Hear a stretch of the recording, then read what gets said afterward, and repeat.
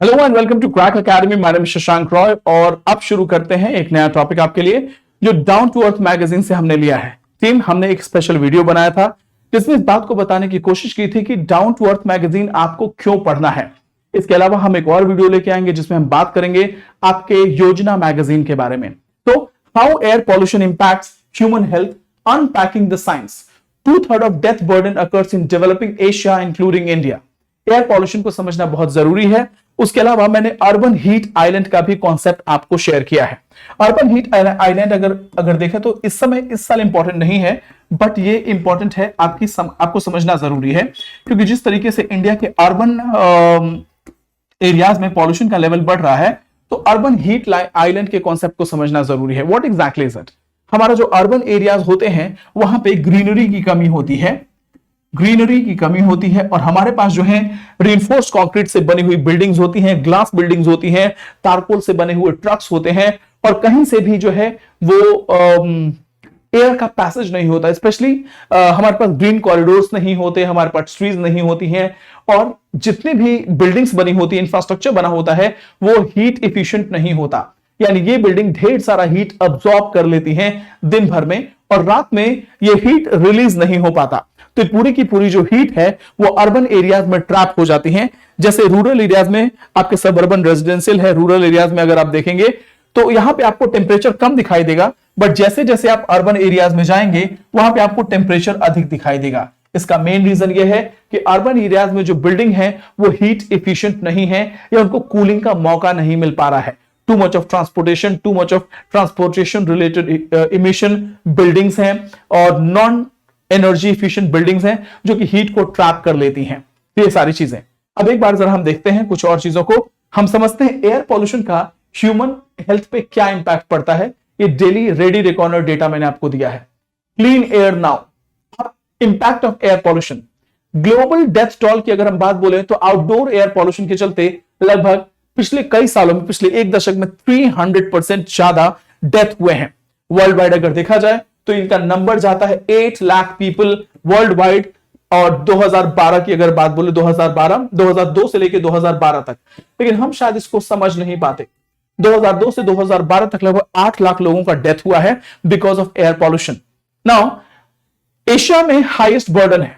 Asia में pollution का level आपको लगातार बढ़ता हुआ दिखाई देगा। 2/3 जो डेथ हुए हैं वो एशिया में हुए हैं।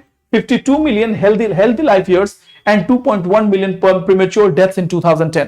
अब समझने की जरूरत है कि जब आपके एयर पॉल्यूशन के चलते लोगों का डेथ होता है तो उससे इकोनॉमी को कैसे इंपैक्ट पड़ता है। यानी कि ग्लोबल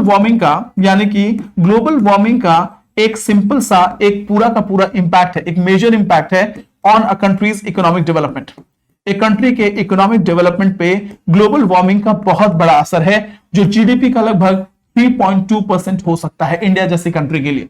लेकिन हम शायद एयर पॉल्यूशन से होने वाले डेथ को इकोनॉमिक टर्म्स में क्वांटिफाई करके नहीं देखते और वो सबसे बड़ा प्रॉब्लम है। तो हमेशा इन्वायरमेंट के चलते जो होने वाले डेथ हैं, जो डैमेज है, जो लॉस है, उन सबको क्वांटिफाई करने की कोशिश कीजिए। एक एग्रीगेट डेटा लीजिए ताकि आपको रेफरेंस देने में पता चले।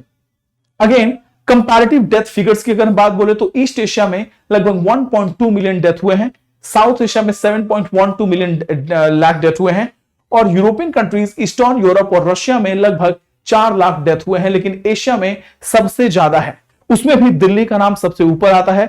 दिल्ली में 2014 तक जाते जाते वर्ल्ड हेल्थ ऑर्गेनाइजेशन के हिसाब से Delhi was levelled as the most polluted city, जहां पे 10,000 से 30,000 एनुअल डेथ हो रहे हैं because of PM 2.5 particulate matters, जिसके बारे में हमने अभी डिस्कशन किया। नाउ हेल्थ इंपैक्ट के बारे में बात करते हैं। वर्ल्ड हेल्थ ऑर्गेनाइजेशन का डेटा अगर हम एनालाइज करें तो it says 80% of global outdoor air pollution जो डेथ है वो हार्ट रिलेटेड और स्ट्रोक रिलेटेड है। Means that PM 2.5 particle is largely attributing to heart related illness and death. Again 14% attributed to chronic obstructive pulmonary disease और lower respiration और 6% जो है वो लंग कैंसर से रिलेटेड है। So now you can understand कि PM 2.5 या जो पार्टिकुलेट मैटर्स हैं एयर में वो हमारे ओवरऑल हेल्थ को कैसे इंपैक्ट करते हैं। Now a pyramid of effects from air pollution की अगर हम बात बोलते हैं तो ये हमारा पिरामिड है जिसमें सबसे पहले आपके मेजर लेवल पे लंग इंफेक्शन, उसके अलावा इन्फ्लेमेशन और कार्डियक इश्यूज होंगे। फिर respiratory symptoms, medication, doctors visit school absence, doctors visits school absence and loss of work चला जाएगा। उसके अलावा हॉस्पिटल एडमिशंस, हार्ट अटैक्स बढ़ेंगे और finally it will lead to death. So a pyramid of effects from air pollution, इस pyramid को जब आप बना लेंगे तो बहुत ही अच्छा होगा। एक चीज और भी देखा जा रहा है कि एयर पॉल्यूशन का इंपैक्ट अल्जाइमर पेशेंट्स पे बहुत ज्यादा पड़ रहा है। उसके अलावा rise of premature deliveries and chromosomal genetic disorder भी देखने को मिल रहे हैं। एलर्जिक कंडीशन बढ़ रहे हैं, निमोनिया के केसेस बढ़ रहे हैं। क्या एयर पॉल्यूशन से आपकी दिमागी हालत भी डिस्टर्ब हो सकती है? क्या कॉग्निटिव इश्यूज भी हो सकते हैं? Now link to cognitive function. Air pollution आपके मेटाबोलाइट्स को और कॉग्निटिव फंक्शंस को भी इंपैक्ट करता है। यंग इंडिविजुअल में अल्जाइमर के जीन जो हैं वो दिख सकते हैं और अल्जाइमर के पेशेंट जो हैं वो बहुत ज्यादा इससे इंपैक्ट हो सकते हैं। नाउ ताइवान की स्टडी के हिसाब से अगर देखा जाए तो पॉल्यूशन की अगर हम बात बोले, एयर पॉल्यूशन की बात बोले तो Alzheimer's risk rise by 138% with every 4.3 microgram, ठीक है, इंक्रीज। PM 2.5 के इंक्रीज के चलते अल्जाइमर के केसेस लगातार बढ़ते हुए देखे जा रहे हैं ताइवान की स्टडी के हिसाब से। उसके अलावा हार्ट स्ट्रोक के केसेस बढ़ रहे हैं और उसके अलावा आपका और क्या बढ़ रहा है, आपके ओवरऑल हेल्थ कॉम्प्रोमाइज हो रहा है। नाउ गैसियस पॉल्यूशन, आपके कार्बन मोनोऑक्साइड है, सल्फर डाइऑक्साइड है, NO2 है, जो कि डीजल व्हीकल से निकलते हैं, वो भी हार्ट स्ट्रोक से रिलेटेड है। इमीडिएट इंपैक्ट क्या है? दिल्ली में लगातार हायर हेल्थ इश्यूज बढ़ते चले जा रहे हैं, हार्ट स्ट्रोक बढ़ रहा है। गैसियस पॉल्यूटेंट जो है वो हार्ट रिलेटेड डिजीज को और ज्यादा बढ़ा रहे हैं, हार्ट स्ट्रोक को बढ़ा रहे हैं।